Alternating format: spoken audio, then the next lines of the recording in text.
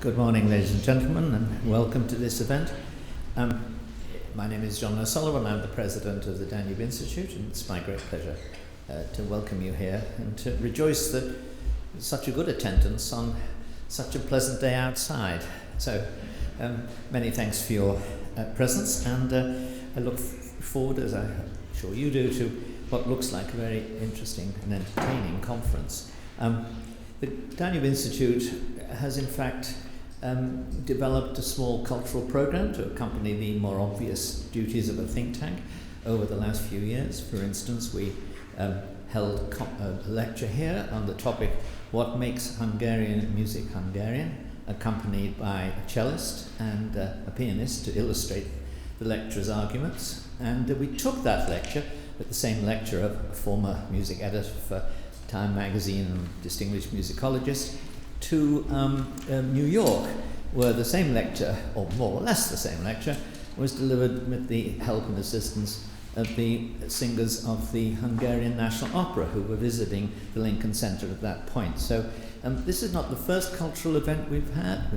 We've had others in the past, and we will have more, because today this event is the work of all of us, of course, but primarily of my colleague, the Director of Cultural Affairs at the Institute, Michael O'Sullivan, who is no relation to me, but a much more distinguished person.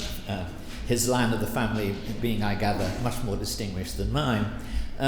But I just want to, as I say, welcome you, to say that this is an interesting event because it brings together Hungary, which has got a rich, varied, distinguished culture in the past and in modernist times. But you might not think, without looking into the matter, that James Joyce had played a major role in Hungarian culture. In fact, of course, he played a major role in a number of cultures, and we have, I'm delighted to say, the work of the 6 ambassadors and the work of 6 embassies, cooperation, friendship and assistance of 6 embassies for this occasion. But Hungary is not one of them, of course. Hungary does not actually have a Hungarian ambassador here. It doesn't need one. But Hungary has got more links with James Joyce than, as you will discover, than you might suppose. And we are delighted to be able to reveal and explore those links today. So it's with my great pleasure on my part to welcome you yet again and to invite my colleague, who will be the Master of Ceremonies for today, Michael O'Sullivan. Thank you. So, Your Excellencies, distinguished guests, ladies and gentlemen, we are here today to commemorate but also to celebrate James Joyce. We commemorate his death in Zurich 80 years ago, but we celebrate his relationship to Hungarian literature, to the Hungarian people, and to the Hungarian language. It is appropriate that we should do it in this place, the Hungarian Academy of Sciences, for it was here that work commenced on the first great complete dictionary of the Hungarian language in the year 1862, when one of the academicians began his magnificent task. It was completed in the year 1874. These 6 magnificent tomes, looking like the building blocks of St. Stephen's Basilica, were presented to the Hungarian public and to the world. I like to think, rather I like to fantasize, that James Joyce, 60 or so years after the publication of that great lexicographical work, was sitting in a Hungarian's home, perhaps in Trieste, perhaps in Pola, fingering through that dictionary and finding extraordinary terms. After all, he was a master linguist. He had control, and complete control, of no less than, we are told, 17 languages.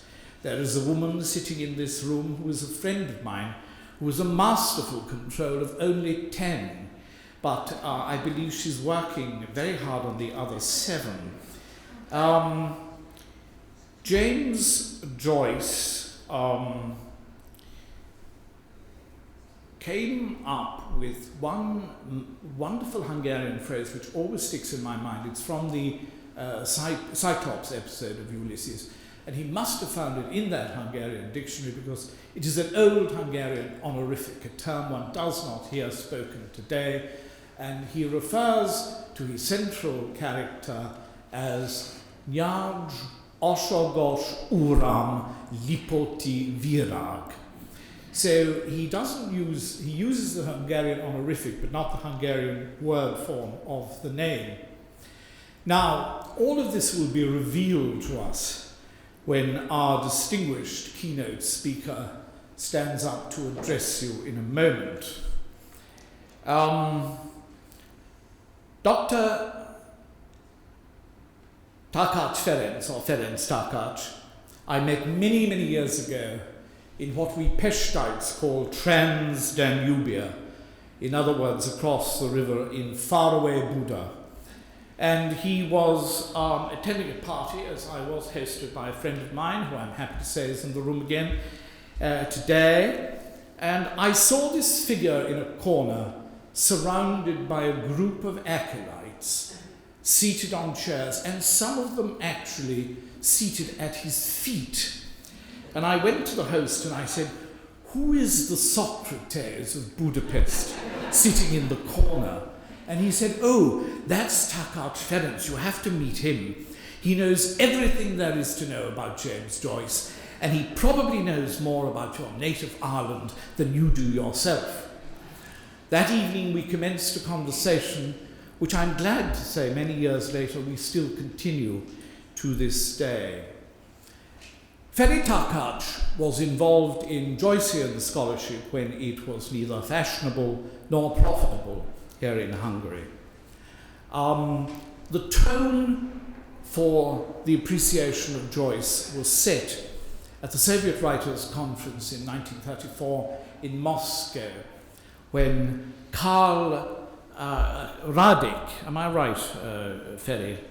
Radek, yes. Karl Radek, a notorious and brutal Bolshevik, denounced Joyce from the platform as, well, what would he denounce him as? Yes, you guessed, a bourgeois sympathizer.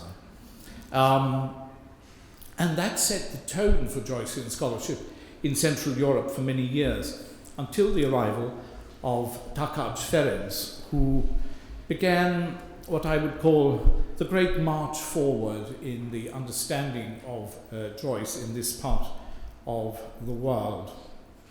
And it gives me the utmost pleasure to introduce our keynote speaker now to you, and I would ask you to extend on this very warm day a very warm Budapest welcome to Professor Takács Ferenc. Playing a variation on a dictum first pronounced in a 1982 newspaper article, Anthony Burgess, author of A Clockwork Orange, and fully committed, some would say more than fully committed, Joycean scholar and enthusiast, asserted in the second part of his autobiography, or as he calls it, Confessions, in 1990, that the Irishman James Joyce's seminal modernist novel Ulysses, published in 1922 in Paris, and I quote, is in a sense the last great artistic product of the Austro-Hungarian Empire. End of quote. This is a rather puzzling assertion. To be sure, Joyce conceived of the novel while he lived between 1905 and 1915 in Trieste, then the most important commercial seaport of Austria-Hungary, and he acquired a range of formative experiences that certainly went into the writing of the novel, which he began while still in Trieste and completed in Paris shortly before its publication on the 2nd of February 1922. But then the novel is set exclusively in Dublin, the capital of Ireland, and concerned with one day, the 16th of June, a Thursday of 1904, in the life of a large number of Dubliners, among them most centrally, with those of Leopold Bloom, advertisement canvasser, and Stephen Dedalus, young poet, man of letters, a would-be literary author. Not much of the Austro-Hungarian Empire in all this, at least on first sight. But then, as the reader is, as it were, listening in on what is going on in the mind of Bloom, the older of the two central characters, he is soon turning 40, he will piece together an Austro-Hungarian story. This is the story of Leopold Bloom's family origins. He is a Dublin Jew who Joyce provides with a long-dead Hungarian father, a certain Virag Rudolf, or Rudolf Virag in the English name order, originally a Jewish burgher of the city of Szombathely in western Hungary. He emigrated to Ireland sometime in the early 1850s, settled there, changed his name to the anglicized Rudolf Bloom, and after a modestly successful life, committed suicide in 1886. In his monumental biography of James Joyce, first published in 1959, the American scholar Richard Ellman recalls an interview he made sometime in 1954 with one of Joyce's personal acquaintances in Switzerland. Dr. Daniel Brodie is the name of that man.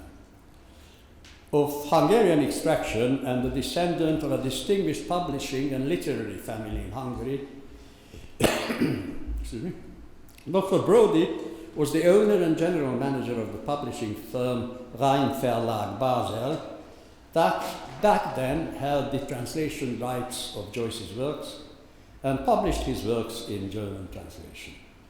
These included the German version of Ulysses in 1927, translated by Georg Goyert, whose work was supervised to some extent by the author himself. Ellman reports that at some point of the editing process, Brodie, himself of Hungarian Jewish background, asked Joyce about Leopold Bloom, the central character of Ulysses, the following question. Mr. Joyce, I can understand why the counterpart of your Stephen Dedalus should be a Jew, but why is he the son of the Hungarian? Joyce, taking off his glasses and looking at him casually, yet with an air of pronouncement, replied, because he was. Joyce's answer, because he was, is certainly enigmatic. It suggests the existence of a real-life model for the literary character of Leopold Bloom, a Hungarian Joyce met and knew. Dr. Brodie, however, was content with this enigmatic answer and failed to ask the next question, compelled by Joyce's answer. If he was a Hungarian, who was he? Perhaps he thought Joyce was pulling his leg. Brodie knew Joyce well enough to be aware of his devotion to what he called in the last episode but one of Ulysses, jocose seriousness. The liberating power of conflating arcane meaning and self-evident nonsense, of being deadly serious and frivolously unserious at the same time, which was so very much part of the Joycean method. Sorry. Bloom's model was perhaps Hungarian, or perhaps never existed. Brodie decided not to press the point any further.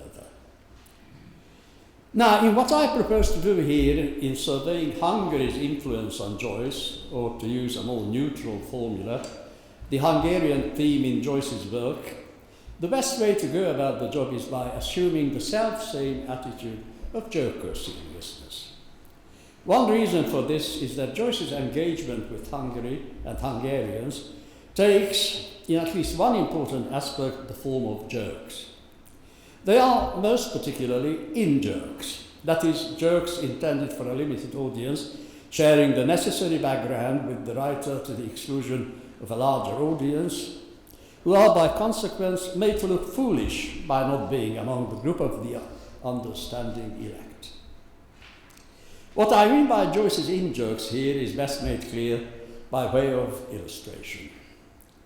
In the passage of the Cyclops episode of Ulysses, Michael referred to, the episode that describes, in a parody of pompous journalese, Dublin's farewell to Bloom, or as his name is given here in Hungarian, complete with the old and polite honorific Nagyosságos Uram, Lipóti Virág. Nagyosságos is, of course, wrong. It has an extra A in it. It shouldn't be there.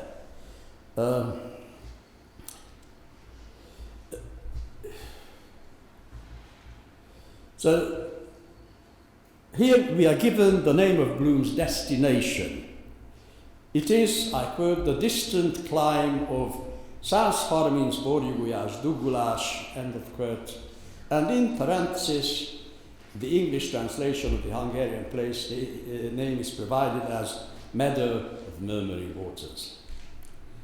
On the surface, this looks innocent enough, a Hungarian place name and its English translation. For those, however, who are privy to Joyce's in-joke here, this turns out to be something rather less innocent.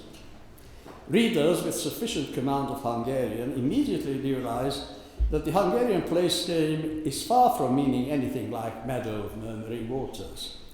What 130 borjúgójás dugulás means is in fact something like constipation caused by 130 portions of veal goulash.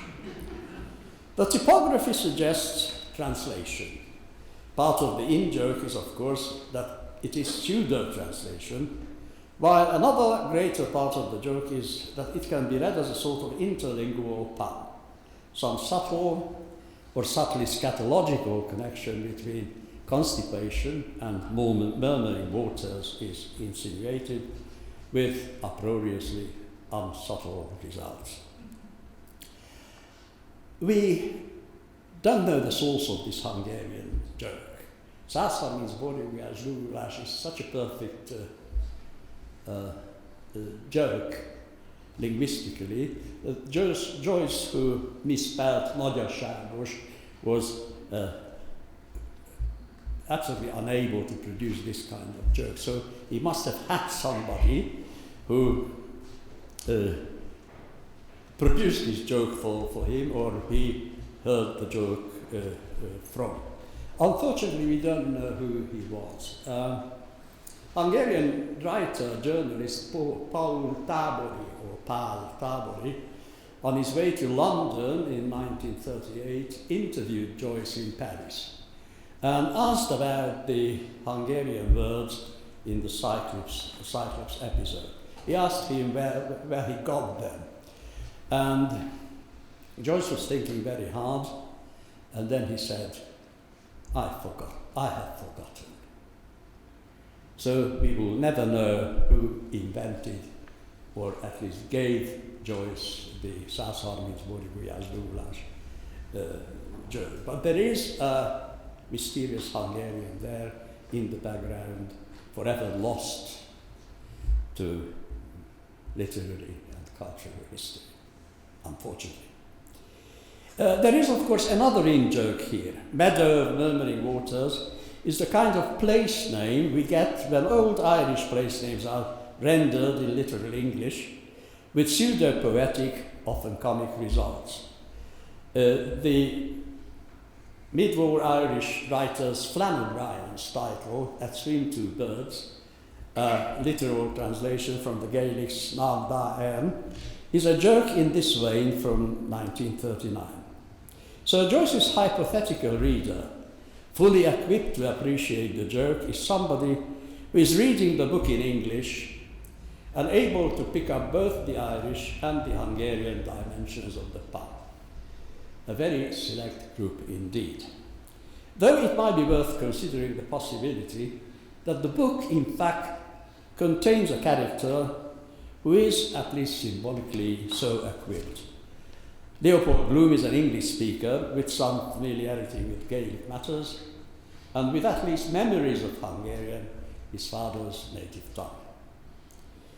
So this translingual pun establishes, in its cryptic way, a transcultural connection. Irish and Hungarian are telescoped here to hint at further connections and parallels between the cultures, histories, and politics of the two countries. These have been numerous and in some cases highly symbolic.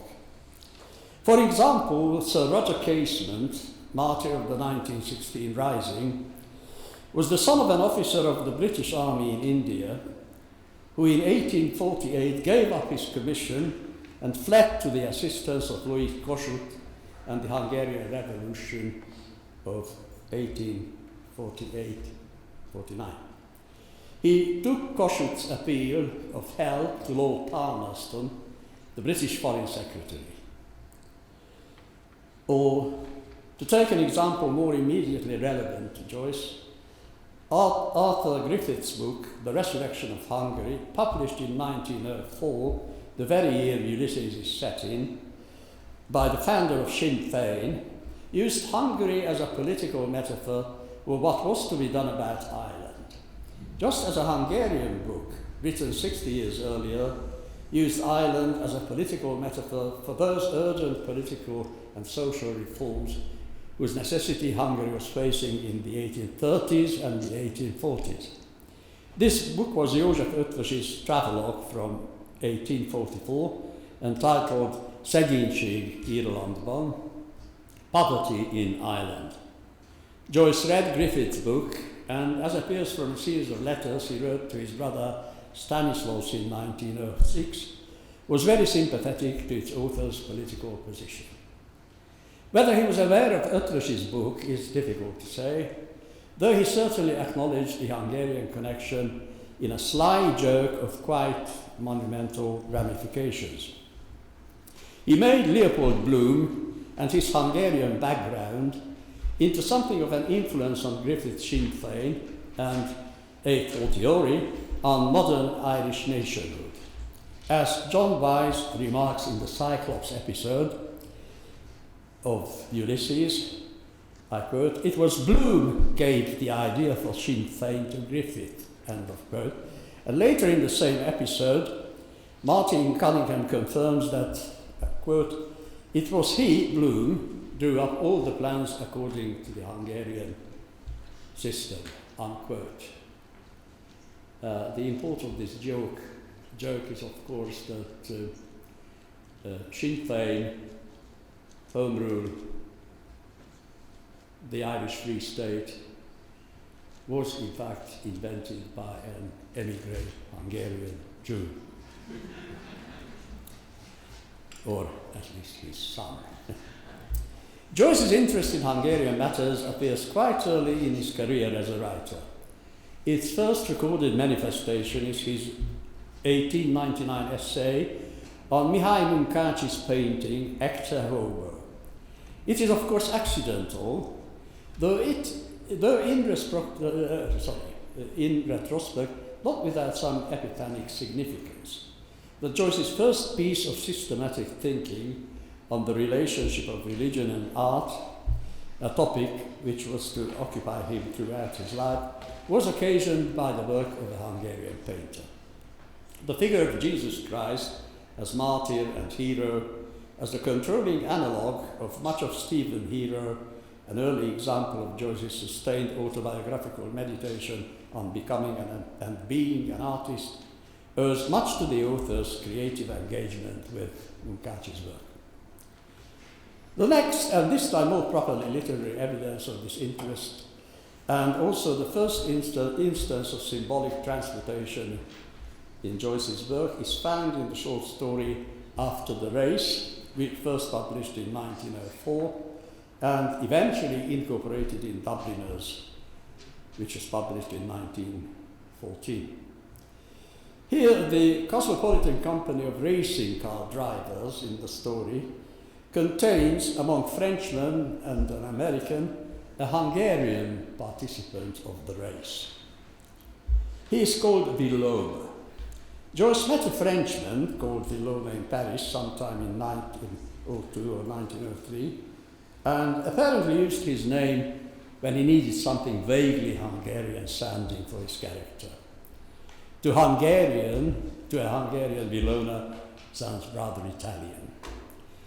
He would have needed something like the name Villani, for instance, but at this early day, Joyce did not know much about Hungarians, let alone Hungarian names. What is more important than the name is that the Hungarian driver plays a highly significant role in the short story. He is set apart from the group of the other drivers as much as their Irish companion for the day, Jimmy Doyle, whose ambiguous attitude of fascination and frustrated disillusionment with the mondain world of international sophistication are the theme of the story. On a more symbolic level, this is an encounter between Ireland and the world. Ireland, frustrated, backward, aspiring to all the things associated with luckier nations, is bitterly rebuffed during the encounter. The day peters out in a game of cards, where we may surmise the French-American company is playing false, cheating Jimmy out of his money. Vilona, however, is a different case. He seems to have found himself in the French group of racers quite by accident. He does not take part in the card game and later leaves the cabin and spends the rest of the night alone on deck. He is an alien and an outsider in this company, just like Jimmy himself. At the same time, two distinct motivic threads attached to his character, which set him apart from the other characters in the story. One of these strains is concerned with bodily matters, primarily with eating. We learn that, quote, he was in good humour because he had a very satisfactory luncheon, unquote. Later, he is, quote, beginning to have a sharp desire for his dinner, unquote. He is a kind of symbolic, average, sensual man, quote, an optimist by nature, unquote, who finds the prospect of conviviality, of, I quote, supper, music and cards, really delightful, unquote. On the other hand, Vilona's character is suffused by motifs of music in the story. On the way back from the race, he keeps up, quote, a deep bass hum of melody for miles of the road, unquote. He possesses a resonant voice. He praises, I quote, the beauties of the English madrigal, unquote, toils expertly on the spurious lutes of the romantic painters, and later, while the others are at their game of cards, he plays the piano. Uninhibitedly sensual and giftedly artistic, Vilona is a symbolic counterpart of Jimmy Boyd, of Irish guilt and frustration, a visible embodiment of the young Irishman's secret and half-formed aspirations. Also, we note that the character of this Hungarian suggests an anticipation of those two archetypes with which Joyce is concerned in Ulysses and elsewhere. Here, in one character, we get a sketchy Bloom and the sketchy Stephen. The average man, defined by the body and its functions on the one hand, and the artist, governed by music, the purest and most spiritual form of art, so centrally important to Joyce. In Ulysses, the Hungarian dimension is restricted to Bloom, the archetypal man of the body, Bloom, who we first see eating and a little later emptying his bowels. The body, its metabolism, its natural processes seem to appear in Joyce's imagination in a fairly regular conjunction with matters Hungarian. Its frequency is significant and seems to hint at a constant association in Joyce's mind. The joke I discussed a moment ago connected Bloom with veal goulash and constipation. Later in Finnegan's Wake, the portmanteau ham goulash will elevate this connection to an even higher level of generality. In Ulysses, the Hungarian in-joke becomes more substantial. It's partly linguistic. There is something like a dozen Hungarian words and phrases embedded in the text of the novel, exclusively of the Cyclops episode, in fact. This is, of course, part of Joyce's systematic universalism. That is, by the use of an unusually large amount of linguistic material foreign to the native medium of the work, violating the kind of linguistic propriety one associates with national literatures. The Hungarian matter in Ulysses, however, goes beyond the strictly linguistic aspect. Apart from further puns like the names of a certain Countess, Marha, Viraga, Kisasszony, Putra, Pesti in the parodistic roll call of the Cyclops episode, we have Bloom himself, and with him a more general Hungarian dimension in this work. As noted earlier, Bloom was born in Ireland, while his father, Rudolf Virag, later Bloom, came from Szombathely, Hungary. Also, his mother's father, Julius Higgins, was born Károly or Karoli, and was thus a Hungarian who adopted an Irish name. In creating Bloom's character, Joyce had some first-hand experience of Hungarians in Pola and Trieste, that Babel-like corner of early 20th century Europe, with its palimpsest of Italian, German, Slovene, and Hungarian cultures and languages. His best friend in Trieste, Italo Svevo, the renowned author of the classic modernist novel La coscienza di Zeno, Zeno's Consciousness, which was published in 1923, certainly provided Joyce with some useful building material for the character of Bloom. Svevo's grandfather, a Hungarian Jew who was born in the town Köpcsény, now Kopchan, Slovakia. His father moved to Austria, then settled in Trieste. Italo Svevo was born in Trieste to a German Jewish father and an Italian mother.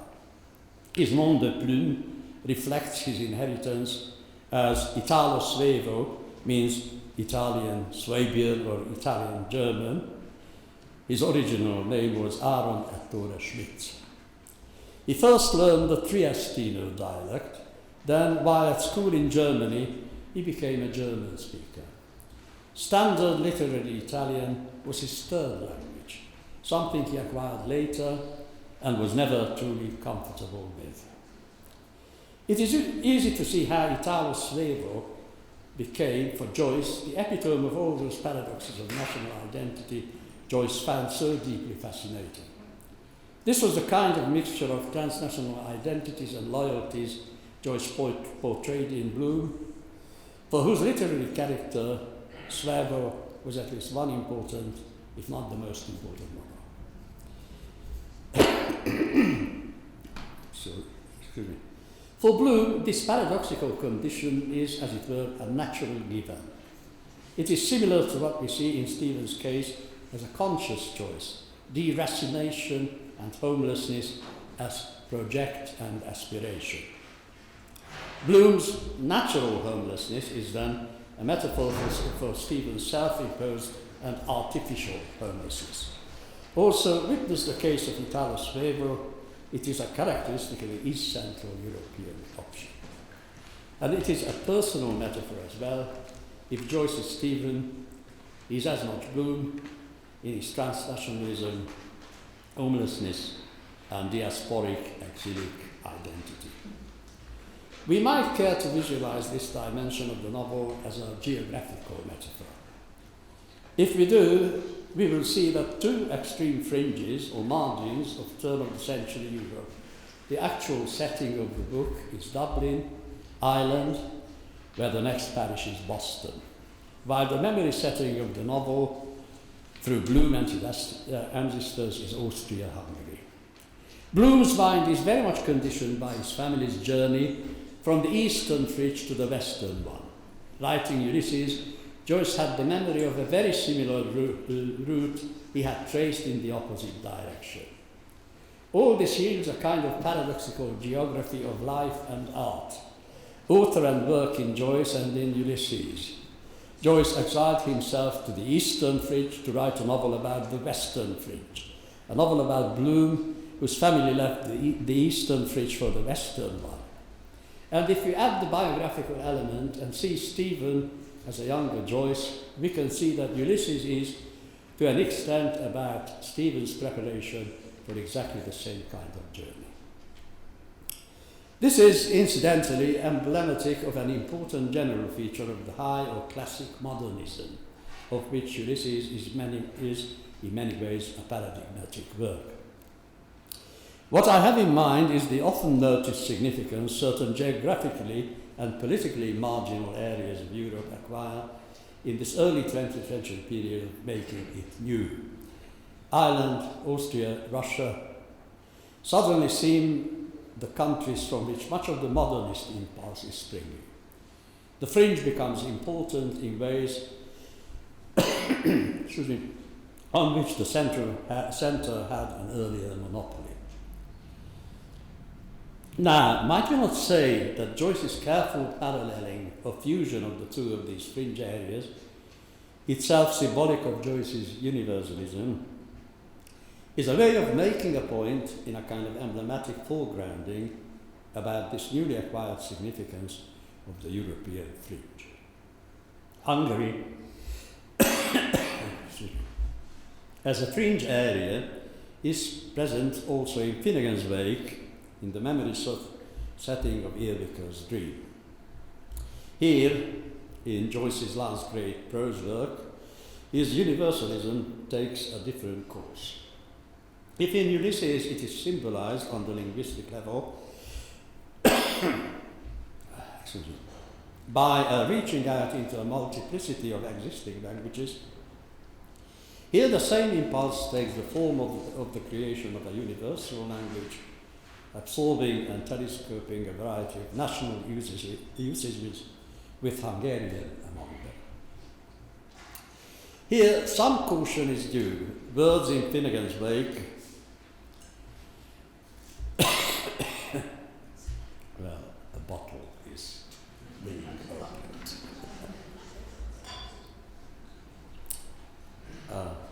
Excuse me for this little intermission.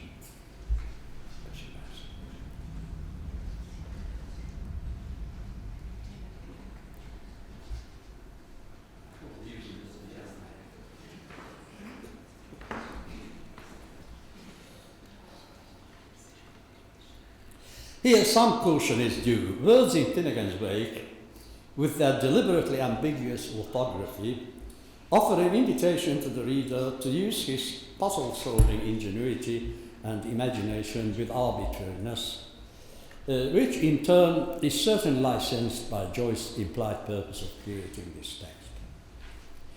This means that there is no theoretical limit to our recognizing Hungarian words in the text, even where Joyce could not have possibly intended them. The text of Finnegan's Wake is, in this sense, open to any reading in any language, and we have Joyce's authorization to read whatever we want to read into the work. This is, of course, a welcome possibility as far as the ingenious and imaginative reader is concerned, though it may make a sober and reasonable cataloging of Hungarian linguistic material in Finnegan's Wake a despairing task. By the very nature of the text, no pedestrian criterion obtains for deciding whether a linguistic item is really present in the text or not. Luckily, there are a few obvious cases, like hangulás, which I mentioned earlier, and Brudapests can be easily recognized by the Hungarian as a pun of the name of this country's capital, which is also called the tits of Buda and the flats of Pest in the work. On the other hand, to recognize, as was proposed, Hungarian words like vénasszony, an old woman, vigasszony, my consolation, or vériszony, dread of blood, in Joyce's venison, is certainly a fascinating game, but it somehow seems intuitively wrong, unless we want to conclude that Finnegan's Wake contains either an infinite or an optionally large number of Hungarian lexical items. In a 1973 paper, Attila Fáj professor of the University of Genoa, proposed a Hungarian source for the overall structural idea of Finnegan's Wake. In his view, the cyclic vision of history appearing in Irvika's dream, or rather in the biblical Adams, shows, apart from the general Baconian implications, some significant similarity to Az ember tragédiája, the tragedy of man, the visionary morality play by the 19th century Hungarian dramatist Imre Madács. The play, written in 1860, is Adam's dream of all future history, unfolding according to a cyclic pattern of renewed faith, followed by disillusionment and collapse. Joyce may well have been familiar with Madács's work. Five points out that an Italian translation of the play appeared in Fiume in 1908, of which Stanislaus Joyce had a copy in his library, and an enthusiastic editorial of the play was published in the Triestine paper Il Picco della Sera. If this is true, then the Hungarian dimension of Joyce's work acquires near cosmic proportions. Reading Finnegan's Wake as a variation on a Hungarian national classic will of course warm quite a few Hungarian hearts. Whether it is true is unfortunately highly doubtful. Joyce may have read Madács and may have used the tragedy of man as a kind of tangential support for his central idea in Finnegan's Wake. Though for a dream of Adam about all future history, it would be advisable to look for a more obvious source, Cantos 11 and 12 of Paradise Lost. Madács certainly used this as a source and the fall of Adam and Eve in Milton's Park as Finnegan's Wake, as it is of course the basic myth of Finnegan's Wake. So I would argue for a common source and an interesting and in some ways significant similarity, rather than for any direct influence on Madács's work on Joyce here. But this is already an excursion into high seriousness. So let me end on a more jocose serious note. If my first illustration of a Hungarian pun in Joyce was concerned with eating and constipation, let me discuss a Hungarian in-joke in Finnegan's Wake, which is about drinking and micturition. I'm quoting the passage. It came straight from the noble white fat, yo, open white sad, yo, her white high that, yo, the wine vat of the most serene Majesty az Archduchess. If she is a duck, she is a duchess, and when he has a fehérbor, it's not her fault. This is from Shem the Penman, the episode Shem the Penman, that is from a chapter about Joyce himself. More particularly about that Swiss white wine Joyce and his friends nicknamed the Orina d'un Archiduchessa, or simply Archiduchessa. Sorry, Joyce sort of bubbles it up. As it was pale, yellowish, and noble, the wine. The text makes a visual image of the joke. The wine vat appears as the white fat of the Archduchess, the wine of her urine. The wine as her urine. Now the Hungarian in-joke here is that the Archduchess, for some reason, a Hungarian one, while micturating, she repeatedly produces a sigh of contentment in Hungarian. Yo means it's good. She is a Hungarian person of royalty, as Majesty, or Magyarsti, is a portmanteau of majesty and Magyar, followed by the Hungarian definite article az. And finally, the urine wine identification is made through Hungarian as a fehérbor, means, in a slightly different spelling, quite simply the white wine. Now you don't know the source, again another mysterious Hungarian, for the Hungarian words worked into the text of Finnegan's Wake. There's one candidate in the Paris years. Joyce was very friendly with George Antheil, the American avant-garde composer who worked during the 1920s and even later worked in Paris. Now, Antheil had a Hungarian wife who was originally a soprano singer in the Pressburg, Pozsony in Bratislava opera house. Sources keep calling him, in a curious spelling, as a diminutive, B-O-S-K-E. And it gave me some trouble, Boski, and then realized that it was, in fact, Böske. That is the diminutive of the name of the soprano, Markus Erzsébet. And I had some family help in this because my father kept calling my mother Böske all the time, so I came to decipher this little enigma.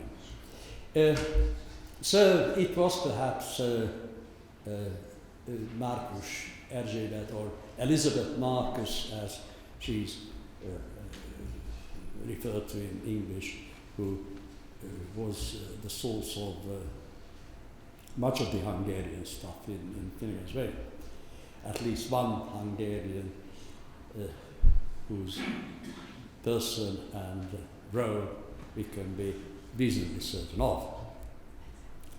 Now, why this Archduchess should be Hungarian, I do not know.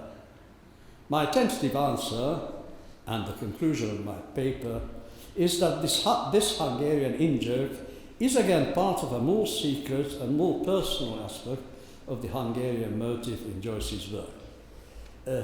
A motive where Hungary and Hungarians, apart from forming symbolic counterparts of issues in history, politics and nationhood, seem to constitute a system of correlatives in matters connected with the human body and more immediate sensuous processes. This is, if not the most important, at least the most vital Hungarian contribution to Joyce, the man and his work. A work, and here I wish to make Anthony Burgess's dictum all-inclusive, is a work which is, in every sense, the last great artistic product of the Austro-Hungarian Empire, Germans, Hungarians, Croats, Jews, all included.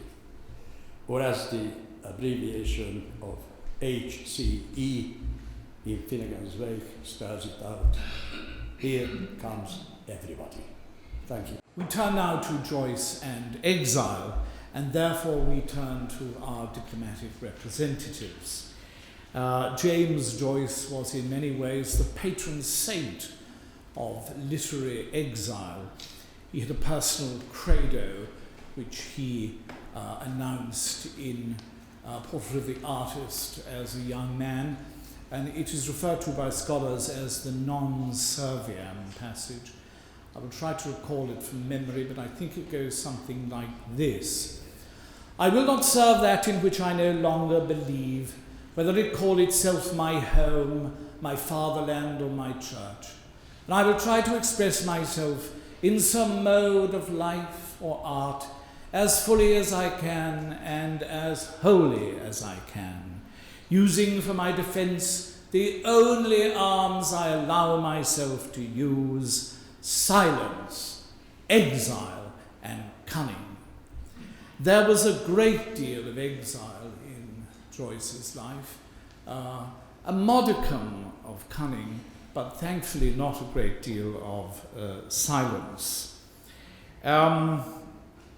He said that he left his native Ireland to forge in the smithy of his soul the uncreated conscience of his race. We were going to turn first to La Belle France, but unfortunately Pascal Adriani, the ambassador, has had to leave for an urgent appointment. But she leaves us with a message which reads, it would have been the end of her contribution, I can't finish without mentioning the bonds of friendship, alliance and respect that unite the Irish people and the French people. Merci, Adrian. Pascal Adriani. So we skip forward to my native Ireland. Roland Gargan, the ambassador of Ireland, has the most difficult task of all because he must explain to us the twin polarities of Joyce's relationship to his native land. I explain it in that marvellous epigram by Catullus, Odi et amo, I love and I hate. But now, and with the undeniably difficult task of unravelling the divided consciousness of James Joyce, I welcome the Ambassador of Ireland, His Excellency Mr. Roland Gargan. Thank you very much. As they say, follow that. I'll do my best. First of all, to really welcome everyone here and on this great occasion, which is commemoration of James Joyce and his life. And I particularly want to thank that my fellow ambassadors and also representatives of some of the embassies where he spent his life are here today, which I think is true to say that while Joyce was Irish, he definitely belonged, and his work belonged to the world. So first I'd like to thank the Danube Institute for organising the James Joyce conference, and also John and Michael in particular for organising today. Which I think is a perfect end to a week of Bloomsday celebrations. I really enjoy this week as the embassy of celebrate Bloomsday, as well as the unique links that exist between James Joyce, Ulysses and Hungary, links that have been so expertly explained by Professor Takish in his earlier lecture. On Tuesday, I enjoyed visiting both the National Library of Foreign Literatures and the Savo Irvine Library, where the embassy donated over 100 books by Joyce in both English and Hungarian, which will be distributed to 43 public libraries across Budapest. As we prepare for the centenary of the publication of Ulysses in 2022, this is part of a global effort by the Irish government to get people reading Joyce. Over 5,000 books were donated across 100 cities in 18 different languages. On Wednesday, Bloomsday, I had the pleasure of visiting Symposium, the city where Leopold Bloom's ancestors hailed from, and to help open the city's annual Bloomsday Irish Festival.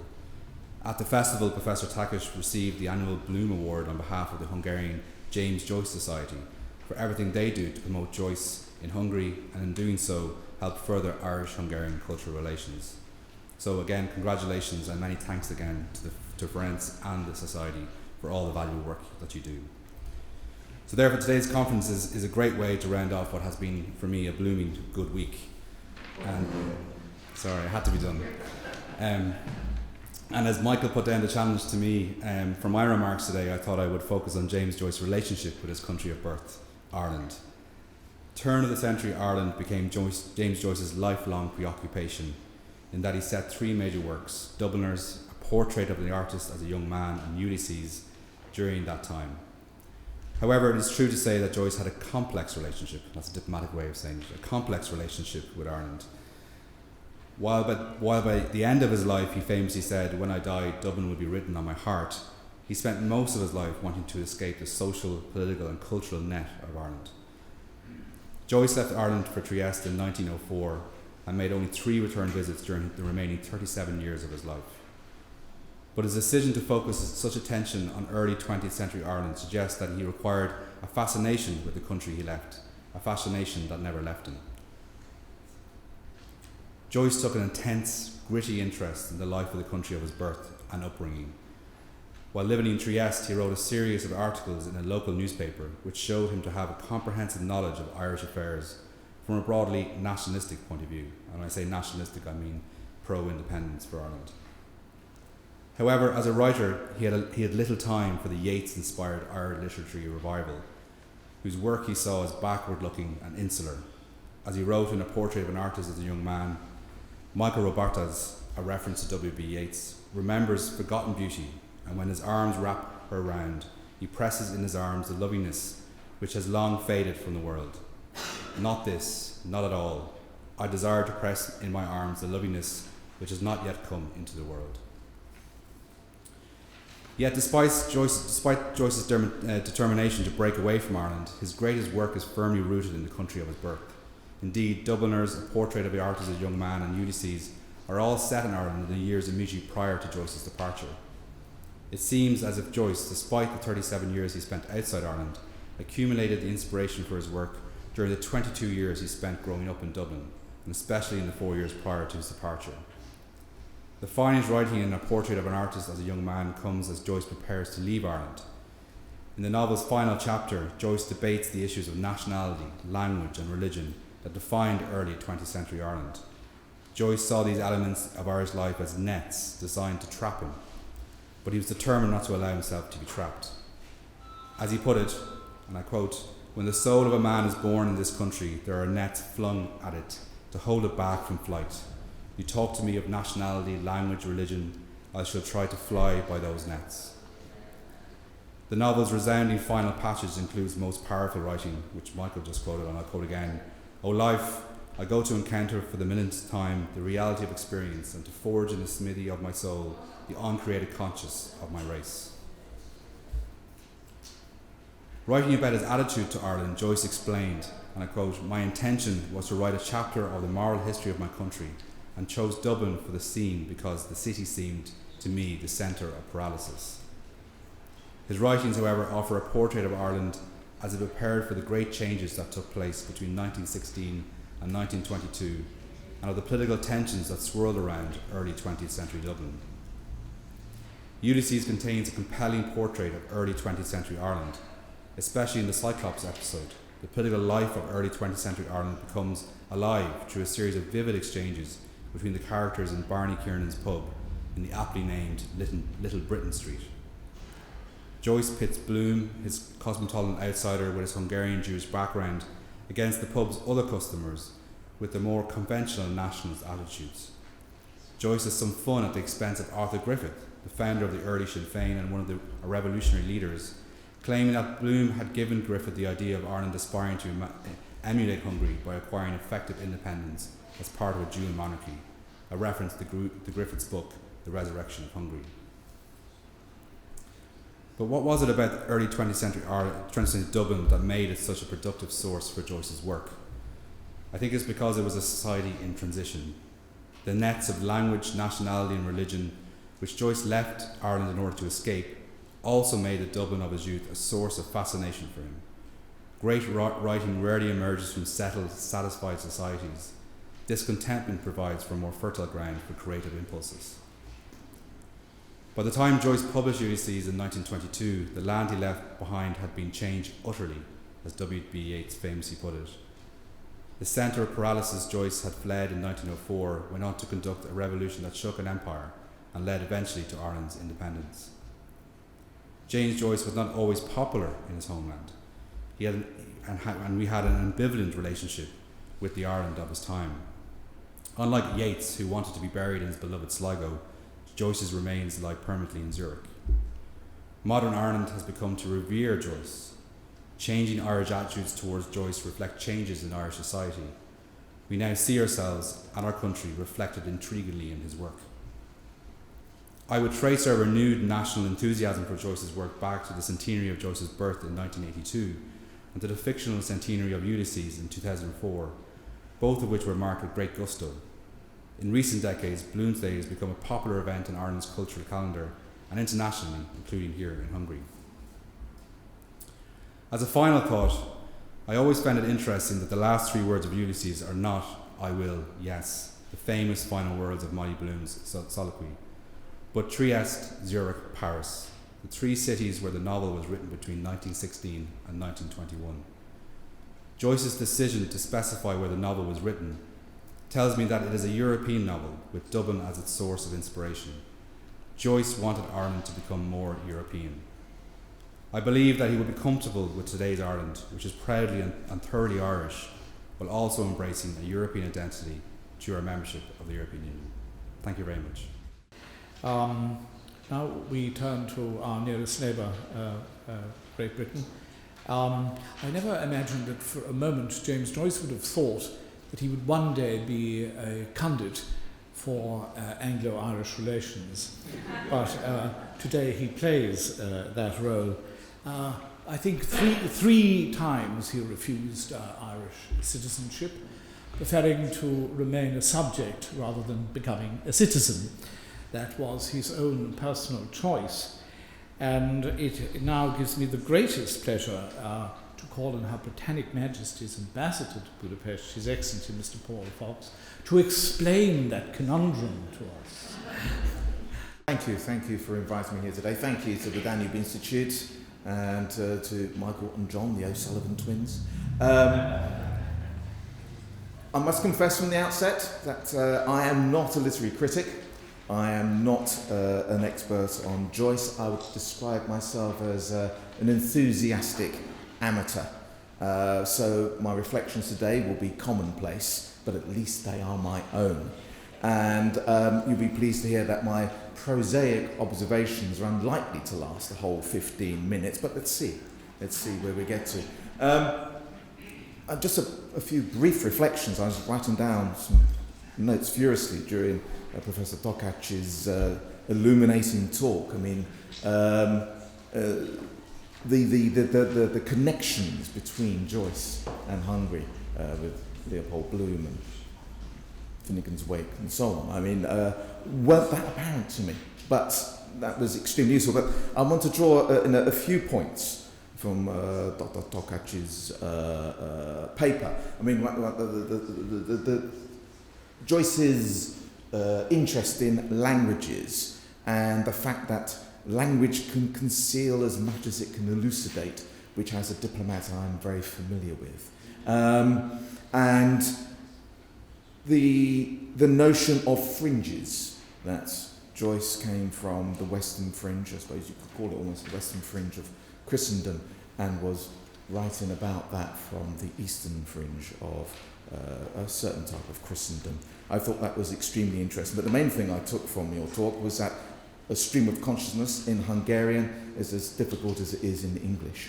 So thank you so much for that. I want to state some obvious points. Joyce was obviously one of the most important writers of the 20th century, if not of all time. He was a writer who wrote of his home country, whose fictional universe centred on Dublin, but he transcended it, and he spent nearly all of his adult life abroad in Europe.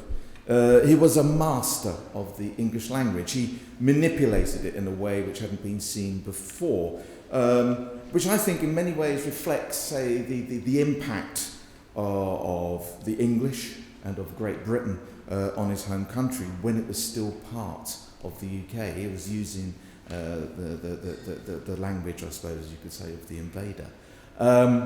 He was also very much a man of his time. He was writing about the key influences on him as he grew up in Ireland. He referenced the Home Rule debates. He refers to Charles Stewart Parnell in a Portrait of the Artist as a Young Man. He writes about Ireland's relationship with the rest of the UK and with the English. And obviously Catholicism plays a very key role in his work. I mean, the one thing that comes into my mind thinking about it now is obviously the Hellfire Sermon in Portrait of the Artist as a Young Man. I think it's chapter 3. However, he wasn't a political writer. These themes don't dominate. I mean, I'd say he transcends them. He focuses very much on human lives, the human condition in these circumstances, using a form of language that was unique, hard to penetrate, but universal. I very much believe he was a shaper of the modern European mind. It was much misunderstood, I would think. His works in his lifetime are branded as obscene.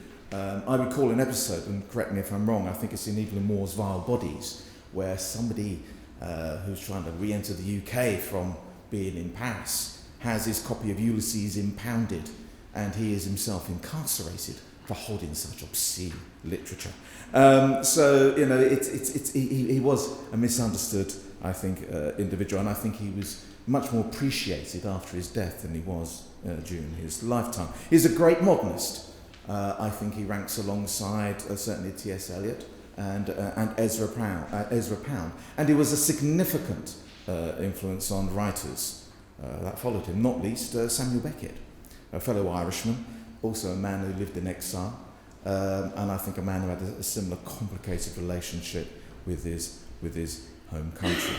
But this thing about being a European and being a shaper of the European mind, I mean, Joyce was very much a European. From 1904, as we've heard, he lived in France, Switzerland, Italy and Trieste, which was then part of the Austro-Hungarian Empire. While in Trieste, he actually taught naval officers from the Austro-Hungarian Navy English, and he was based there at the outbreak of war in 1914. Now, he's not an easy writer. I think we can all agree on that. He's difficult and he's complex. He's much like, his writing's much like the man itself. I mean, the term Dr. Tokac used enigmatic, and I think that's very true. I tried to grapple with James Joyce when I was a student, and I must be honest, he won. I read Portrait of the Artist as a young man. Also tried to get through Ulysses. I remember I was in the study group and we were given a week to read Ulysses, to which one of my companions said, "A week to read Ulysses? People have been reading it all their lives and have gone mad in the process." Typical student hyperbole.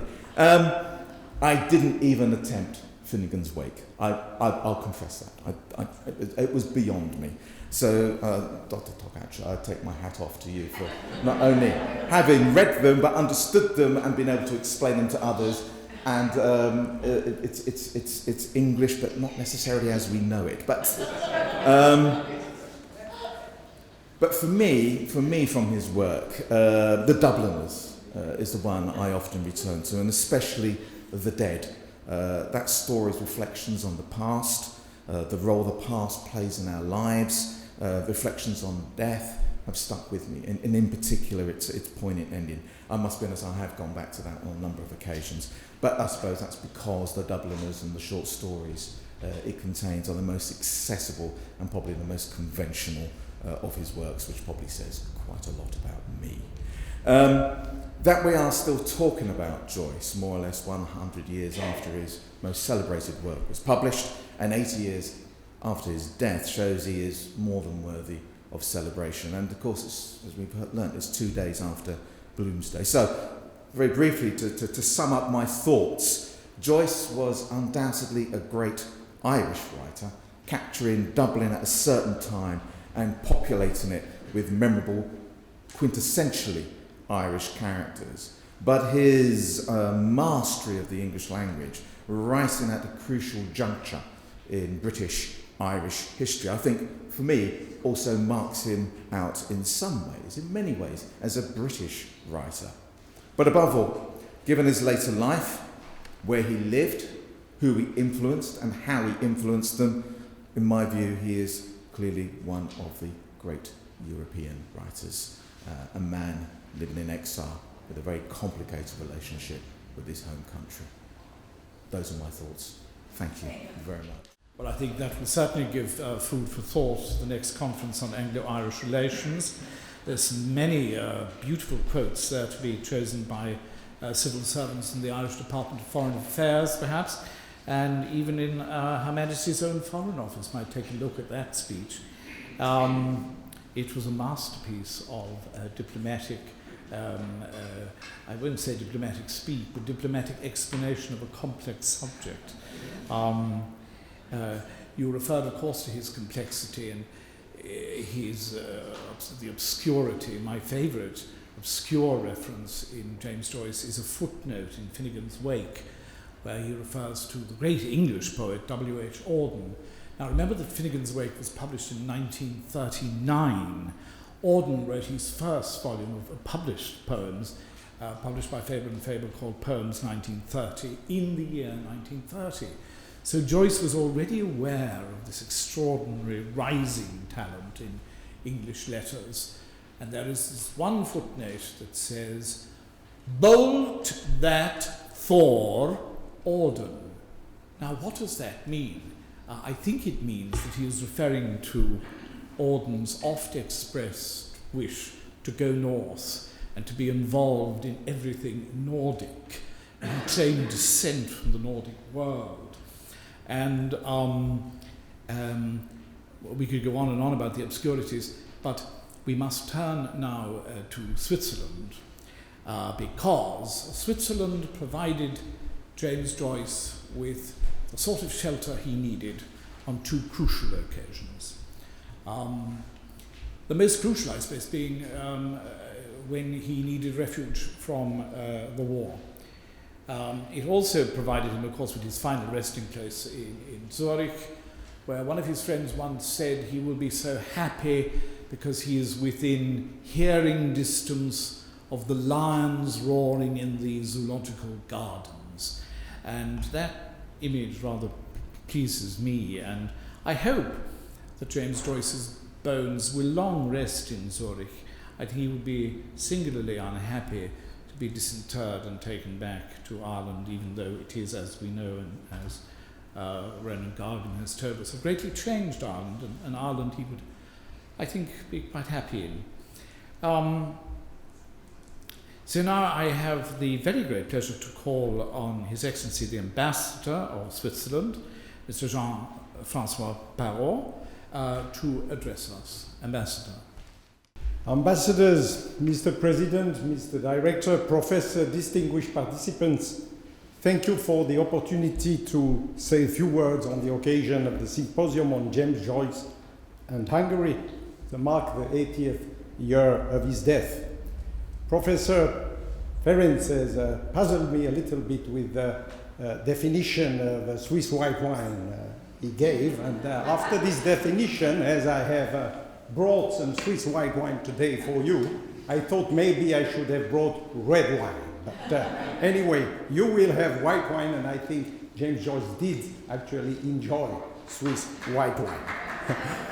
As you know, ambassadors are used to intervene in cultural and scientific events for inaugural speeches and tributes to artists from their country.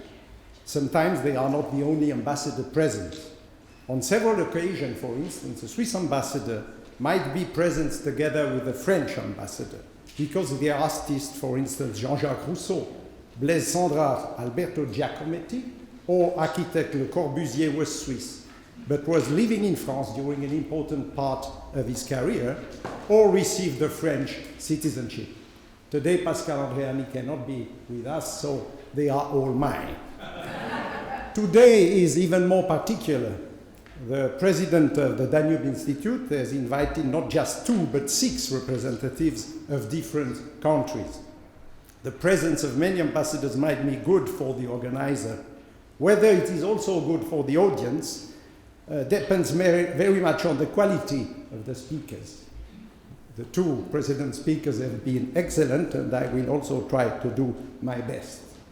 Anyway, the presence of 6 representatives is not anecdotal. It reflects, on the contrary, I believe, important messages of both James Joyce's literary heritage and James Joyce's personal life. James Joyce is, we heard that, a great European writer. His literary work occupies an important place in the history of European and world literature.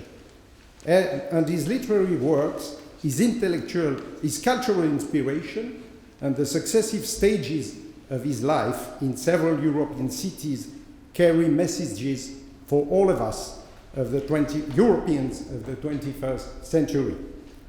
In a post-COVID Europe, when borders start to reopen after they were closed, sometimes hermetically, in a post-Brexit Europe, when the sense of community is tested, in a time when my country, Switzerland, and the European Union are tested in their dialogue about the future of their relations, in a time when Europe and European countries and people face a growing cultural divide in their visions of society and family and their visions of freedom and liberties, James Joyce has several messages for us all. First message, European cultural heritage is a treasure for all Europeans. For his famous novel Ulysses, James Joyce took the inspiration from a masterpiece of European culture, the Odyssey, and he used it to create a new European heritage. Second message, as Europeans, we should be able to set up and work in other European countries and cities and make them our new home. Like Homer's hero who struggles to go back home after the destruction of Troy, James Joyce's life took place in a time of wars, and he was affected by them. It is how he came to live in Zurich, in neutral Switzerland during World War I, and he died in Zurich during World War II. His life is a lesson, as he was able, in difficult times and difficult personal situations, to find a new home in new places in Europe. Third message, to be open for new cultures and new experiences as a European does not threaten your identity. By making his home in Trieste, Pula, Paris and Zurich, James Joyce did not forget Dublin. His time in Dublin would remain at the center of his fictional universe. His identity was rich of both his Dublin experience and of his experiences in the new countries and cities he discovered. In Zurich, he dedicated a short poem to the main downtown street and one of the world's most exclusive shopping avenues, Bahnhofstrasse. References to the Swiss-German language and the traditional Swiss singing style yodel, I will not yodel for you here, can also be found in his literary work. There is a James Joyce Foundation in Zurich with a precious collection of personal documents of the artist. The foundation also organizes reading groups for those who want to discover Swiss or white or red wines. There is also a James Joyce restaurant in Zurich. The three messages from James Joyce are of great value for us today. Switzerland and the city, Zurich, where he died 80 years ago and is buried, also cherish his memory. I thank you very much for your attention. Lester, thank you very much, and thank you for those wonderful alcoholic references, which will always be enjoyed by any Irishman. The white wine he loved most was, of course, Fondant de Sion, and Dr. Takac referred to it in perhaps a less obscene way than Joyce referred to it, but when he was first presented with a bottle of it, he was asked what it reminded of him of, and of course he referred to it as, it is so magnificent in colour that it reminds me of the wee-wee of an archduchess. So perhaps we may be better off not drinking that today. But I know you... marvellous. We can always rely on you. We can always rely on you for that. We turn now to Croatia. James Joyce was not the easiest of bedfellows, like all geniuses. He would have been, I suppose, quite a difficult character to get on with in many ways. I often think of him as turning to say to himself, let me astound them with my ingratitude. And I say this in relation to Croatia because he was rather bitter about his time there. But I'm reminded of a cousin of mine, a distant cousin of my own, who once paid an enormous sum of money to take an English writer who fell into a spot of bother in England at the end of the 19th century and spirit him away to Italy. I'm talking, of course, of Oscar Wilde. And he was asked many times, was Wilde grateful for your generosity? And he said, no, he never even thanked me, but then I never expected thanks. One must never expect thanks from a genius. And I now have the greatest pleasure, and I do hope, Madam Minister Plenipotentiary, that I do get your name correct, Vesna, which I know means spring, Nikos Pečkai, I call on you with great honor to address us. Distinguished colleagues, ladies and gentlemen, thank you very much for this opportunity to speak here in the name of Croatian Ambassador to Hungary, His Excellency Mladen Androlić, who is unfortunately absent due to the other duties. Thus, let me share with you some links and memories of the most splendid Irish writer, Mr. James Joyce, related to my homeland, Croatia. On 30 October 1904, Mr. James Joyce, together with his life companion, Mrs. Nora Barnacle, boarded in Trieste the steamer Grof Wurmbrand and arrived to Pula, to Croatia, but then important Austro-Hungarian military port. There he taught English until March 1905 and at the newly formed Berlitz School of Foreign Languages. At that time, he was almost an unknown 20-year-old writer who later became one of the most important novelists of the 20th century. It is significant that in Pula, Joyce began his life odyssey in several European cities, calling it as voluntary exile, with the stops in Trieste, Zurich, and Paris. The young writer skillfully used the benefits of his employment at the Pula language school by exchanging classes with his colleagues, native speakers of German and Italian, which has contributed to his later occasional translation ventures. When Joyce wasn't teaching, he and his wife mostly stayed at home or enjoyed together the famous Café Miramar. Joyce continued his writing in Pula and made many notes on aesthetics, which he has later used in a portrait of the artist and a young man. That is also why, if you visit Pula, you would not miss the bronze statue dedicated to the famous Irish writer on the terrace of the cafe named after his novel Ulysses, just right across the school where he was teaching. The statue is the work of Croatian sculptor Mr. Mate Čvrtko. Later, in 1906, while moving from Trieste to Rome, Joyce traveled through Rijeka.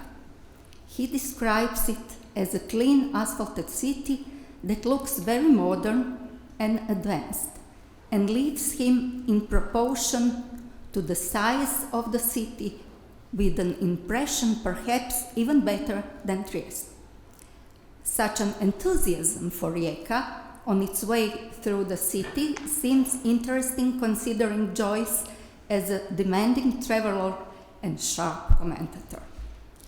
Today, the first Bloomsday celebrating the life of Joyce in Croatia was marked in 2006 in Zagreb. It was also celebrated in Pula from 2013 as an annual international literary festival, Bloomsday Croatia. This festival is held in various city locations, and it regularly recreates episodes from the novel Ulysses with a series of accompanying populist academic activities related to Joyce's life and legacy in Pula. Another curiosity is the postage stamp Bloomsday issued by the Croatian Post in 2004. And all these facts and events are in line with the facts that also Croatia honors a number of its prominent citizens. And for Joyce, what would be better way than to do this through arts? So, while enjoying in Pula your summer vacations, you can also attend the program of the Ulysses Theatre on the Brioni Islands and breathed some of the atmosphere and inspired the great James Joyce. Thank you. Finally, but last by no means least, we turn to Italy. But before doing so, in the interest of I beg your pardon, in the interest of the entente cordiale, I would like to mention the presence here representing the Embassy of Austria of Frau Magister Felicitas Calles, who is representing the ambassador who couldn't sadly be with us today. When I say Italy, last but by no means least, Joyce, at the age of 12, announced that he would study the Italian language over and above Greek, which his father wanted him to study at Belvedere College, or German, which his mother wanted him to study. And for the rest of his life, he remained extremely fluent in Italian and had a marvelous voice in which he would cry out the great songs of bel canto in Italian. And he would accompany his son Giorgio on the piano in Italian. The Italian was a language spoken in the house quite regularly. And now it gives me the greatest pleasure to introduce the cultural director of the Italian Institute, Gianluca Borghese, who will give us an indication, I'm quite sure, worthy of Joyce's love of Italy and the Italian language. Thank you so much. President O'Sullivan, ambassadors, distinguished guests, good evening, good morning. I'm very grateful to the Danube Institute for organizing this symposium devoted to James Joyce, and grateful also to be invited to represent Italy, the embassy, and our new ambassador, who hasn't yet presented his credentials. So this is the reason why I thought sent me to represent the embassy and himself. I'm not going to give an example of bel canto, though I'm grateful to President O'Sullivan to have mentioned this tradition of ours. And but I'm going to emphasize precisely the fact that yes, James Joyce spoke Italian, even within his family.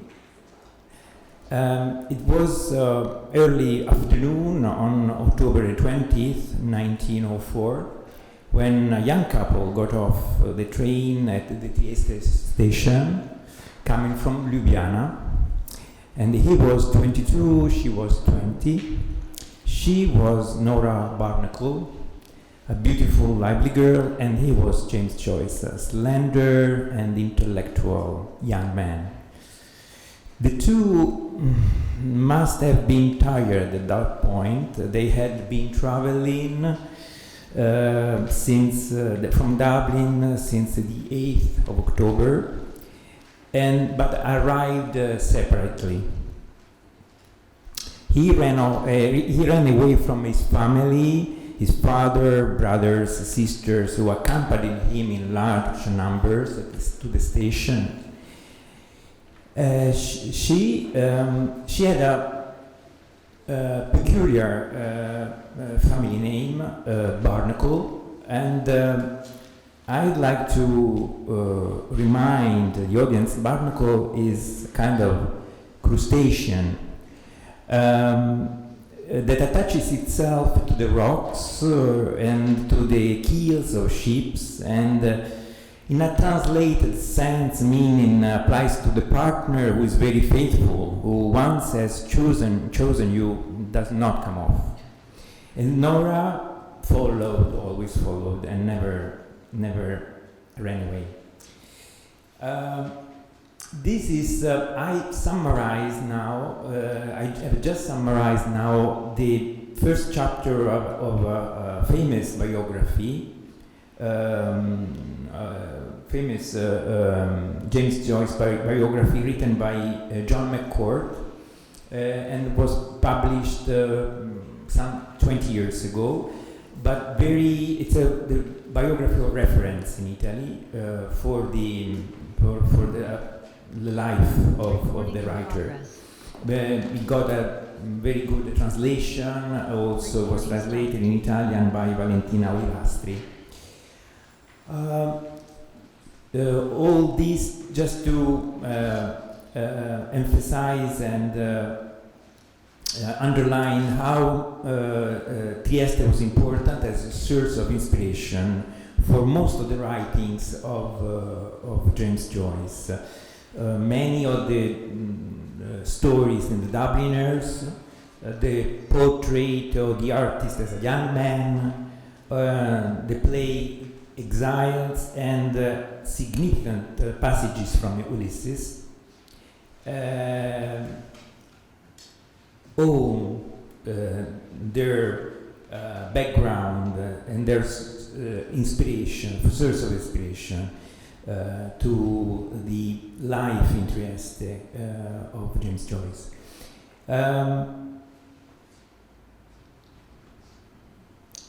Trieste, after all, was this ideal melting pot, so to speak, this ideal environment, and from which it was possible to draw this inspiration, and at the same time echoed Dublin also. It had common features with the Irish capital. These couple, Joyce and James and Nora, were exiles, as it has been already underlined before, and exiles who didn't choose the mainstream path of typical path of the exiles, which was, for instance, United States. They chose Trieste in that distant 1904. And chose so to experience a very particular kind of so to speak, Italianness. Yes, because Trieste has had an important Italian population, but it was not politically Italian by that time. It was the main commercial port of a Central European empire, and this was also a great source of cultural richness. It is interesting that when Joyce experienced life in a proper Italian city, the capital, Rome, for a business project, he didn't particularly like the city, and was he quickly go back to Trieste. So I think that he was particularly impressed and loved this Italianness, so to speak, of the border, where Italian culture met the Middle Europa culture, met the Middle Europa culture. And important as it has been, I must say that very inspirational were the interventions before me. So I have been modifying my intervention. It's very picturesque, but it's. I think that it's the content counts, and I was very happy to follow, to have the possibility of hearing the precedent interventions. And so Trieste is a multicultural capital, but also interesting students were there for Joyce as an English teacher, and it has been mentioned Italo Svevo, alias, or better, Ettore Schmitz alias, also known as Italo Svevo. A writer of Jewish background, Trieste Jewish or Hungarian Jewish background, who has been also an important person, an important point of reference in the life of Joyce in Trieste. Joyce, plainly, it's banal to say, but he likes immensely the city. Probably he appreciated its character, at the same time patrician and slightly shabby, and the same bittersweet melancholy that could be felt also in Dublin, which is, by the way, another city port. In 1909, when briefly James Joyce had to go back to Ireland, he kept writing to Nora how beautiful was Trieste in his memory, and he can't wait to go back. Life at that time was not easy, and from a material point of view, also he has personal economic preoccupations, and meanwhile were born Giorgio and Lucia. It's interesting to notice that he decided to call Giorgio using the Italian version of the name, and finished the Dubliners. It was at that time in a kind of creative disorientation, it was like the imagination were excited by local colors and smells, and the memories from Trieste more vividly tuned in with the grey skies of the north and the slightly introverted spirit of Edwardian Ireland.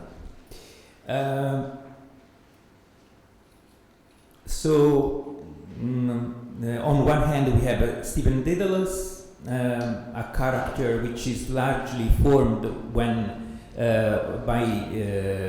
by that time Joyce went back to Italy, but we have also Leopold Bloom from Ulysses, who owes a lot for his background to Trieste. It's interesting, there's been mentioned that Joyce is some kind of patron of the exiles. If this is true, then I feel encouraged to mention the most important example of Italian exile writer in Italian culture, who was Dante Alighieri. We precisely are celebrating the 7th century, the 700 years from the death of the poet, and both wrote. We can create a parallelism between two chefs-d'œuvre, two important literary works, one of Joyce and the other of Dante, because Ulysses is an exploration as much as Divina Commedia is a personal and a journey through the experience of an inherited ancient epic poetry, because If Joyce is thinking of Homer and the Odyssey, Dante is thinking of the Aeneid and Virgil. And so I would like to conclude this very short intervention emphasizing that also from antiquity and the cultural heritage of the European cultural heritage to exiles from very different background and different time rejoined in the literary production and I should say eternal memory of their masterpieces. Thank you. Every culture, every country has its forgotten heroes, be they literary or patriotic. Hungary too has its forgotten heroes. Though he is not entirely forgotten, he's not a name that trips lightly off every Hungarian tongue. I speak, of course, of the modernist writer Miklós Symposium. Unfortunately, Tankat Ferenc knew the great genius very well. I myself have tried to dig into his novel Play in translation and found it even more difficult than Finn's Wake. But now to talk about partly about James Joyce and partly about Miklós Symposium is Thomas Snedden. I first met Thomas Snedden when I read a book on the relationship between the great English travel writer Patrick Leigh Fermor and Hungary. Tom wrote me a very charming email, but he attached to the email something that very, quite blew my mind away. He said casually in the last sentence of the email, I'm including a translation I have made of Miklós Bánfi's Erde Történet. And as any of you here who have read it will know, it's a 3-volume, massive account of the end of aristocratic life in the Austro-Hungarian Empire. And I started to read it, and then I was addicted to it, and I continued to read it. And I eventually sent it to the great nephew of Miklós Bánfi, my old friend Thomas Barczak. And he said, this young man has returned to my great uncle his voice in English that he had in Hungarian. That is an extraordinary achievement. Tom Snedden is very quickly becoming one of the most brilliant translators from Hungarian to English. Very soon we will have the publication of 2 books by Bánfi translated by Tom Snedden. One a novel, the other a collection of short stories. And they will be published by a new press house in Budapest called Blue Danube Press or Blue Danube Books? Blue Danube. Just Blue Danube. That I'd like to welcome Annabelle Barber, the publisher of the books and the creator of this new press house, which is very exciting for Budapest. Annabelle comes from a long publishing tradition because she's also the owner of the Blue Guides, which have existed now for over 100 years and now are happily housed or based in Budapest. So now with his treatise on the relationship between Joyce and Symposium, I would like to welcome live via satellite link from Andrassy, de Csíkszentmihalyi és Krásznahorka und Thomas Snedden. Thank you. Good afternoon. Thank you for that introduction. My name's Tom Snedden. As Michael said, I'm a translator. I'm also a teacher of translation.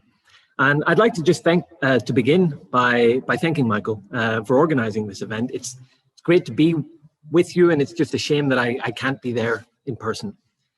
So as Michael said, I want to talk today about translating Joyce's Ulysses, and specifically the Hungarian translation and its translator, Miklós Szentkuti.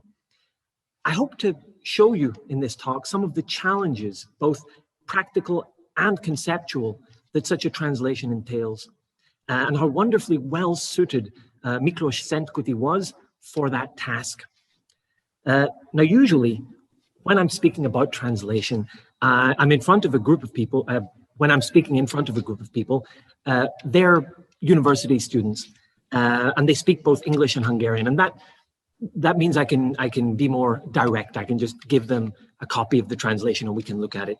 Now, obviously, that isn't the case for everyone here, so we're going to have to take a slightly more circuitous approach, but I think that has its advantages as well.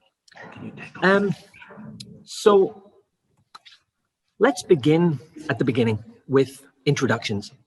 Now, I think that in this context, Joyce doesn't need so much introduction, but as Michael said, Szent Kuti certainly does require an introduction. He is not particularly well known as a literary figure, even inside Hungary. And of course, outside Hungary, he's almost unknown. But that's a pity, since as we'll see, he's really quite a fascinating and a unique literary figure. Now, I wish that I had more time here to look at Szent Kuti's own fiction, works such as Pray, Chapter on Love, Marginalia on Casanova, the St. Orpheus Breviary.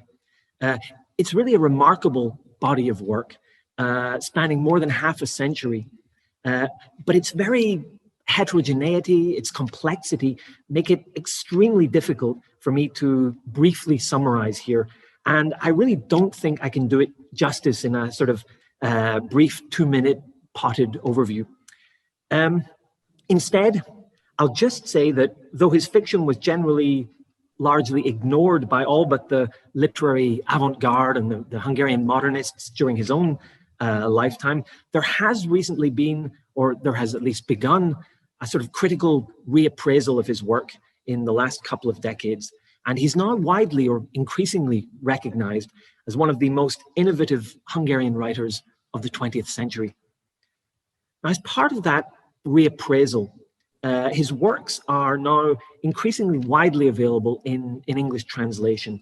The late and great translator of Hungarian, Tim Wilkinson, translated a number of his works, including Pray, Marginalia on Casanova, and several volumes of the St. Orpheus Breviary. While a wonderful translation, a new translation of Chapter on Love has just been published by Contramundum Press. It was translated by Erika Mihajca. If this presentation in any way intrigues you to look into Szent Kuti, I highly recommend seeking out those translations. But in this talk, what I want to particularly focus on is one particular aspect of how Szent Kuti has traditionally been viewed as a writer.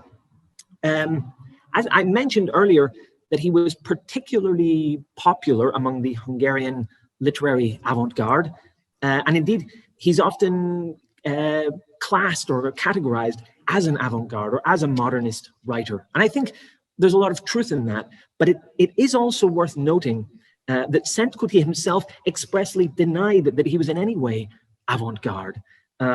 He claimed instead to have been a sort of hyper-Baroque writer. Now, this isn't just a reference to his famously convoluted, intricately crafted sentences. He really did have a particular fascination for the Baroque period, and I was especially drawn to a little-known English writer by the name of Sir Thomas Browne. He claimed that, Szent Kuti that is, Szent Kuti claimed that Browne was more modern than the modernists, and he seems to have found in his writing a sort of almost pre-Newtonian freedom, a holdover from a pre-scientific age that didn't insist on a logical, consequentialist progression of ideas, but allowed for a more intuitive, associative style. In a way, I think you can compare this move by Szent Kuti to the pre-Raphaelites, reaching back into the past beyond a style that they find increasingly kind of restrictive or constraining, towards an artistic form that from a more distant period that they see as having more possibility for expressive potential. Now, I think we should take Szent Kuti seriously on this point of his hesitation or reluctance to be called a modernist. And we should understand that he's emphatically not seeking some kind of tabula rasa break with the past, but instead to really engage with the past in a richer and a fuller way. At the same time, however, I think there are good reasons for thinking of Szent-Kuti as a modernist, at least in some aspects. And it's precisely those aspects of his writerly style and persona that I think are the things that drew him particularly to Joyce's Ulysses. And so I think they're worth looking at here. Firstly, however, I want to clarify the particular aspect of modernism that I'm talking about here. And it is only one aspect of modernism. It's a vast artistic category, but I think this aspect spans a number of art forms, from music and the visual arts to drama and literature. And I think it's easiest to illustrate what I'm getting at here through the visual arts. So I've selected here two paintings by the great Spanish/Catalan painter Joan Miró. The painting on the left is from rather early in his career, in the 1920s, while the picture on the right is from rather late in his career, in the 1960s. Now, we're all familiar with this artistic shift. I could have illustrated it with any number of painters, from Picasso to Klimt, Matisse, Max Ernst. But I think it's worth looking again and asking what exactly is changing here in these paintings, what in this stylistic shift. Now, of course, if we look at the first painting, of course, it's in some sense representative. It represents a farm in Catalonia.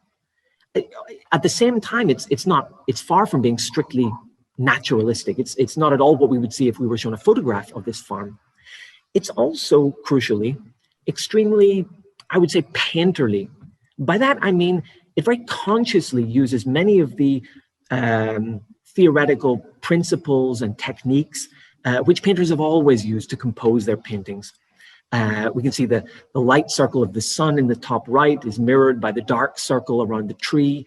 The square and triangle of the house on the left is mirrored by the even more obvious square and triangle of the building, the barn on the right, etc. I feel like you could almost draw one of those Fibonacci spirals in the middle of this picture to show the kind of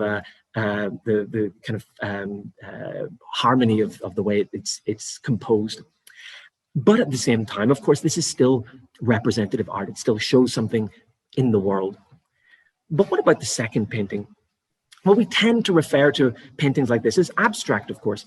And at the same time, we can see certain very striking similarities. Most notably, of course, that wonderful aquamarine background to both pictures. More importantly, however, I would argue that Miró is actually using precisely the same painterly techniques in both pictures. It's just that now these abstract theoretical techniques and principles of color, line, balance, composition, these are no longer merely the means of creating a memorable and beautiful naturalistic painting. They have become the expressive ends in themselves.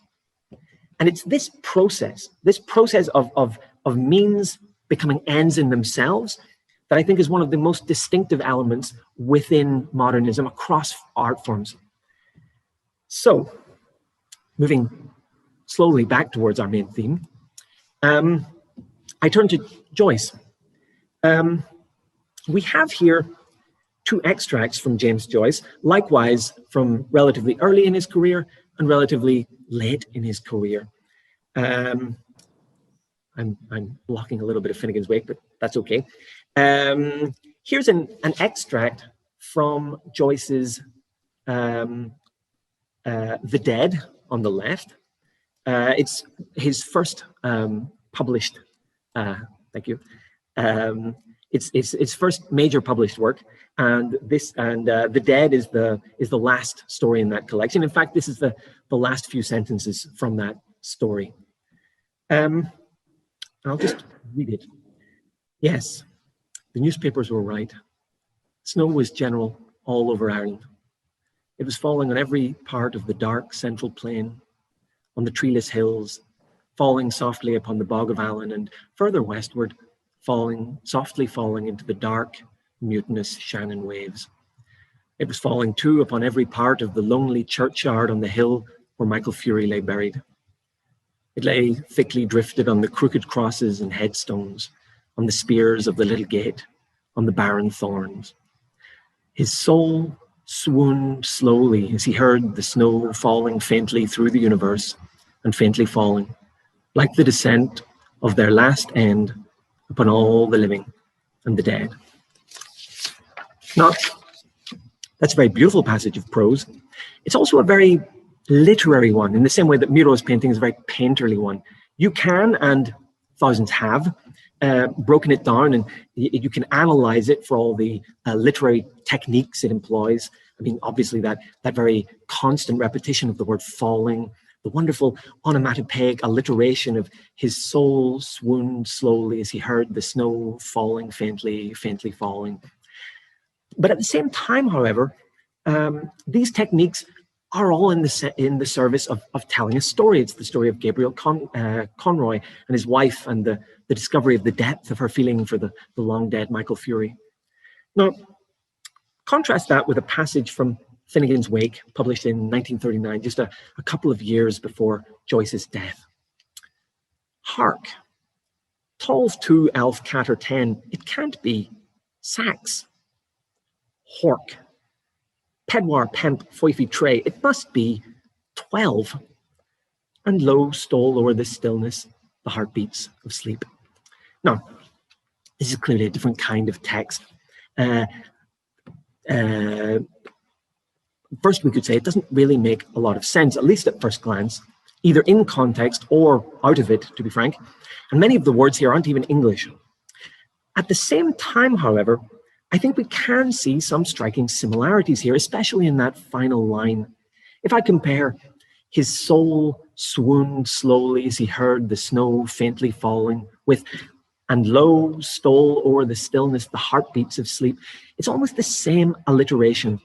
Now, I would argue that one of the things that Joyce is doing in Finnegan's Wake, and by no means am I saying it's the only thing, but one of the things he's doing in this book is something, I wouldn't say necessarily similar, but at least analogous to what Miro and other modern artists are doing in the visual arts, trying to disconnect the language from being merely an expressive means to being in some sense an expressive end in and of itself, placing it in the foreground and seeing what value language can have on its own. Now, it's precisely here that I think Saint Kuti and James Joyce align perfectly. I think Saint Kuti shares precisely this kind of sensibility, this fascination with language itself, and with the ways it can be played with and turned around. On this point, there's a wonderfully revealing anecdote about Saint Kuti. At one point, he was ill in bed, and his wife read him a story to cheer him up. She read to him in English, which he understood perfectly, but she didn't speak the language particularly well, and as such, the words she read came out in a somewhat stilted, disconnected, mispronounced way. Now, what's fascinating is that Saint Kuti said he found her reading, which divorced the words from their original meaning, more interesting. Words became somehow more fascinating to him when they were just words rather than the conveyors of some meaning. And I think we all have, I don't know, I certainly know people who enjoy turning words around, seeing how they sound backwards. I think there's a sensibility here that some people at least share that I think is common to both Joyce and Saint Kuti. I think that anecdote, for example, I think Joyce would have understood perfectly what Saint Kuti meant. At this point, though, I'd like you to reflect for a brief moment on what potentially catastrophic implications this could have for translation. Now, if there's any single bedrock foundational belief that all translators share, and that I think all translators sort of have to share, it's that there is some core of meaning behind or within the words on the page that can be extracted or changed, or in some way taken out and reproduced in another language. But if writing were to become about the words themselves, then I think you can see that translation would be in trouble. Now, of course, not many books take this tendency quite as far as Finnegan's Wake does, and the number of people who make it to the end of Finnegan's Wake is a good clue as to why that is.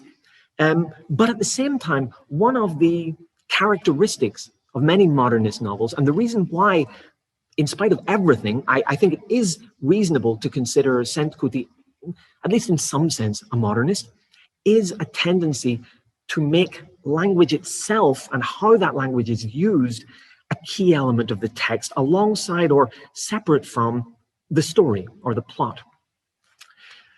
Now, this is all getting a little bit abstract, and even if I can't see you, I can picture a few quizzical frowns at this point.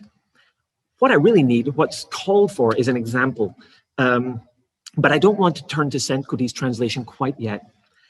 First, I want to show you the clearest, most straightforward example of what I mean when I talk about this kind of linguistic requirement. This is La Disparition. It's a French novel from the 1960s by Georges Perez.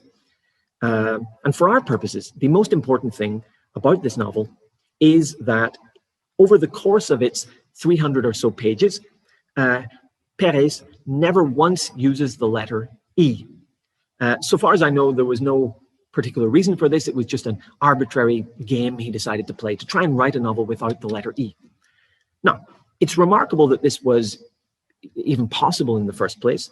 But what I think is even more remarkable is that this novel has been translated by the great Scottish translator, Gilbert Adair.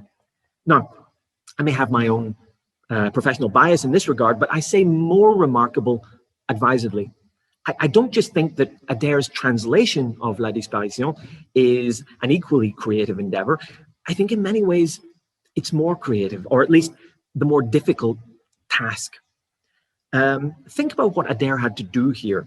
First, he had to capture what all literary translations have to do. He had to try to convey the plot of the novel, to convey as much as possible of the voice of the original author, to reproduce the humor, the pathos, etc. But also, crucially, he had to avoid the letter E. Otherwise, the whole endeavor is pointless. Now, of course, the places where E's crop up are different in English and French.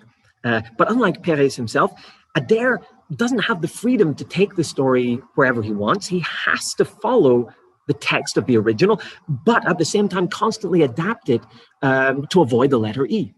I've picked out just two lines from in fact, the first two lines of the book to show you what I mean. Here's the French. Anton Voil n'arrivait pas à dormir. Il alluma son jazz marqué minuit 20. And literally that would be something like, Anton Voil couldn't sleep. He turned on a light. His jazz watch showed 20 past midnight.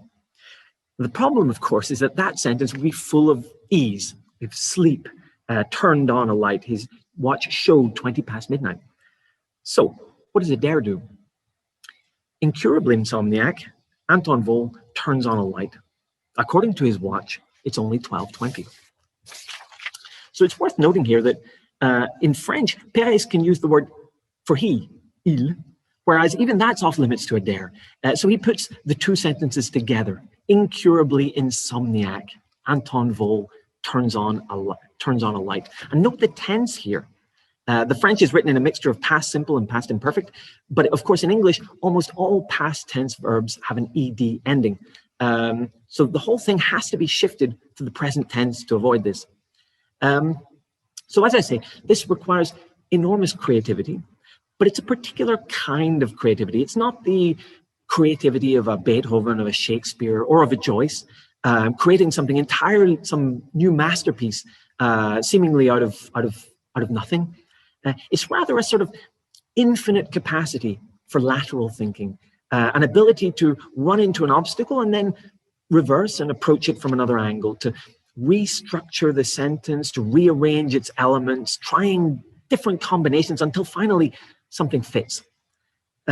Then to do that again and again, every sentence for 300 pages, constantly balancing the need to reproduce the original plot, the story, as closely as possible, but with, while at the same time obeying the abstract linguistic necessities of the rules of the text, if you like, which in this case are very simple. It's just to avoid the letter E. In a way, I think appropriately enough, it's a kind of Odyssean or Ulyssian intelligence, the ability, when confronted by a seemingly insuperable obstacle, to reframe it or think your way around it or come at it from a different angle. Which at last brings us, by a commodious vicus of recirculation, back to James Joyce, Ulysses, and Miklos Senkuti. You see, throughout his translation of Ulysses, Senkuti constantly has to do the same thing. He has to balance the meaning of the text with whatever linguistic game Joyce is playing at the time. Unlike in Perez's novel, of course, Ulysses does not have any single overarching rule like avoiding the letter E.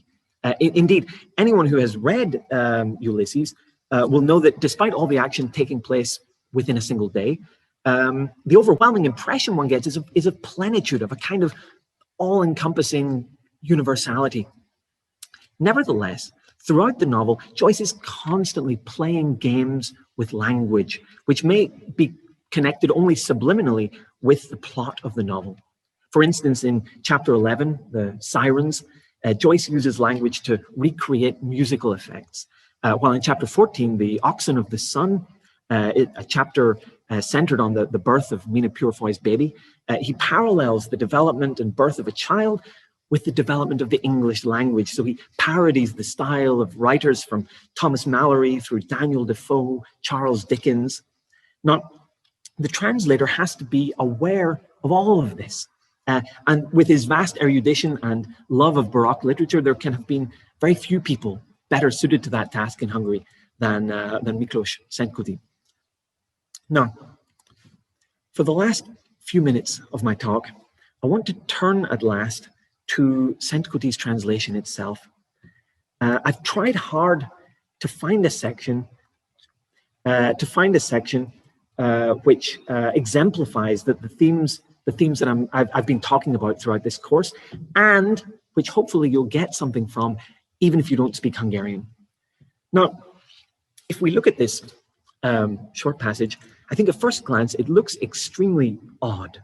It's a series of rhymes, Sinbad the sailor, Tinbad the tailor, etc., which gradually become less and less intelligible as the text goes on. Now, the only thing you need to know about this passage is that it comes at the very, it's not quite the last section of the novel, but it's the very end of the central main section of the novel, which deals with Leopold Bloom and his day. And this is the moment when at the very end of the day, or rather in the early hours of the next morning, Leopold Bloom at last, after a very long day, drifts off to sleep. So what we're seeing here in as these rhymes become gradually more nonsensical, is a kind of a slow loss of consciousness. Now, as such, the actual content of these rhymes, the precise words, the jailer, the whaler, the bailer, etc., these aren't as important as the linguistic structure, as this set of rhymes that gradually unspools into incomprehensibility. And in fact, the only reason I've chosen to include the French translation on the right of the screen here is simply to show you an example of a translation which doesn't even try to reproduce the meaning of the words. So we have Sinbad le marin, et Tinbad le tarin. A tarin is a kind of little bird. So there's nothing here to do with the actual content of the rhymes that Joyce uses. And I think that's justifiable. But Senkuti, I think, is too drawn to the game, to the challenge that this represents, to try and stay as close to the original meaning of the rhymes that Joyce chooses, while also obeying the linguistic form that's been imposed here. But what is that form? What exactly does Szent-Kuti have to do here? Well, first we need a translation of Sinbad the Sailor. Here it's going to be Sinbad a tengerész. A tengerész is a sailor. Then everything which follows has to rhyme with tengerész, has to rhyme with the word for sailor. Now, sailor is a two-syllable word, so the words Joyce uses to rhyme are generally two-syllable words, but tengerész is a three-syllable word, so most of Szent-Kuti's words are also going to be of three syllables. Now, I'm not going to look at all of these, just a couple, but they're all so inventive. There's just a cleverness about the way he solves these problems. So first he comes to Tinbad the tailor. Now, a tailor in Hungarian is a szabó. That doesn't work. So he comes up with two sebész, which I think was something like a needle mender or a needle fixer. And then Hwinbad the whaler is even more interesting. A whale in Hungarian would be a bálna, so a whaler would be a bálnavadász, a hunter of whales. But of course that doesn't work at all. So what does he do? Well, he uses that lateral thinking, that kind of Ulyssian sort of man of many turns, finds some other approach. He comes up with Sinbad a Cethalész. Now, Holész is a form of Holas, a fisherman, as in Holas Bastia, the fisherman's bastion. And Cet is a cetacean, as in like a whale, a dolphin, a porpoise. So it becomes something like a cetacean fisherman. And there are lots of these. Bimbad the baler becomes Yinbad a Jogügyész, where a Jogügyész is a kind of a legal agent. So again, it's about being presented with a seemingly impossible translation task and being able to come at it from a different angle, find some other approach. And Szent-Kuti is a master of this. And again, he's trying to do something quite akin to what Gilbert Adair was doing in La Disparition. And what's even more interesting is, and the reason that I chose to call this talk Translation as Conversation, is because you really have to read them, the two texts, side by side to see the inventiveness of Szent-Kuti's solutions. And when you do read them side by side, it often becomes almost like a conversation, like a dialogue between the writer of the original and the translator trying to find some solution to these problems. Just to take one example, the very end of this, we have the most nonsensical of these words is Sinbad the Sailor, which doesn't seem to mean anything. And Szent-Kuti chooses to translate this as Sinbad as eltevész. Now, appropriately, this isn't a word in Hungarian either, but it sounds to me close to something like eltéveszt, a sense of something being misplaced or just getting completely lost. It could be a reference to this loss of consciousness, but to me it sounds like Szent-Kuti at last kind of just throwing up his hands and admitting that it's impossible to really make anything out of Thaler. So I'll conclude with just one final thought. In the very final line, we have the ox of the rocks of Dark Kinbad, the bright Daler. Now for Dark Kinbad, the bright Daler, he uses Ebad a Pirkadész. It's lovely. Somehow he gets to the heart of what Joyce is trying to do here.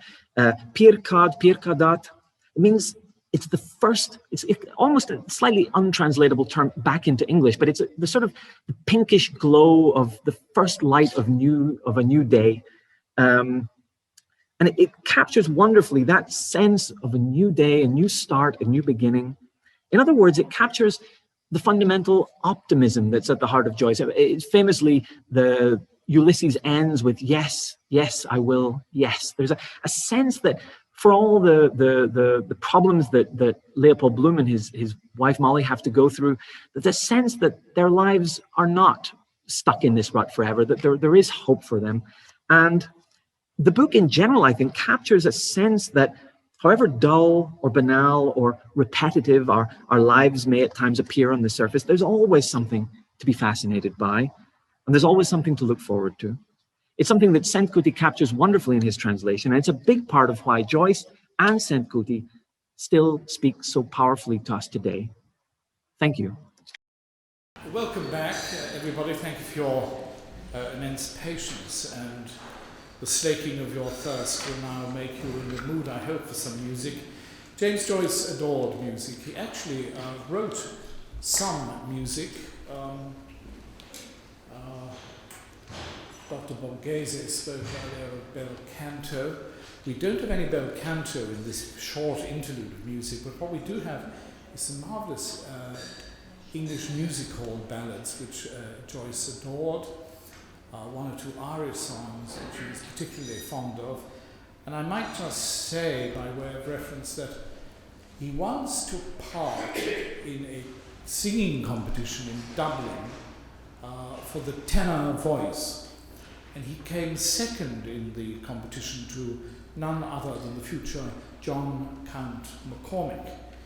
And McCormick, of course, was given a papal counthood in 1932, following on the Linguistic Congress in Dublin of 1932.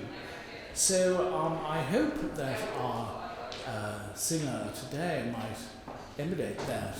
I've been given a counthood by the Pope when he comes to the Eucharistic Congress here in September.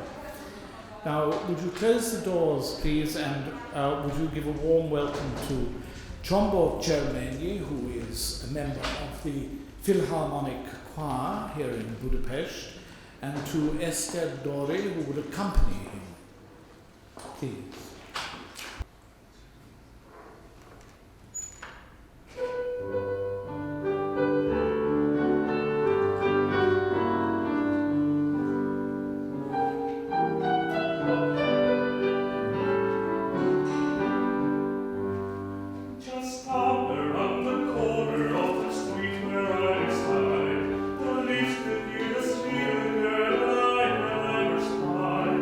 Your name is Rose of Green.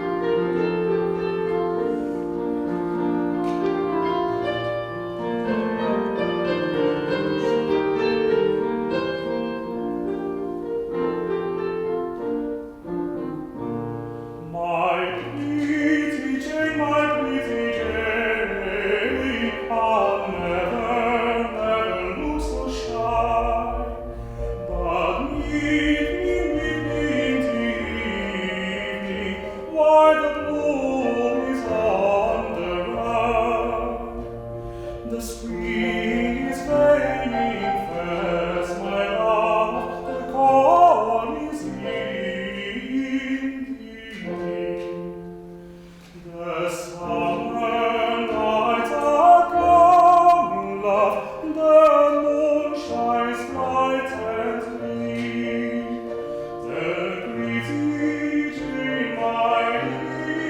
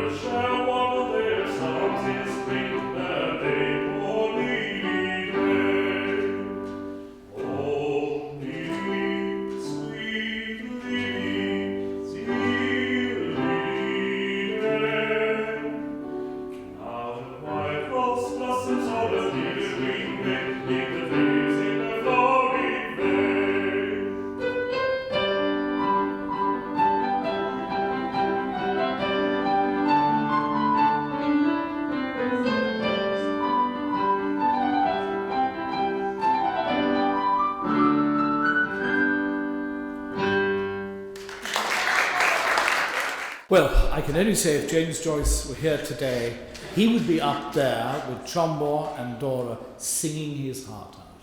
Thank you so much for a glorious performance. And now I hope you will join us and the rest of us as we adjourn for lunch. I think we go through these doors here.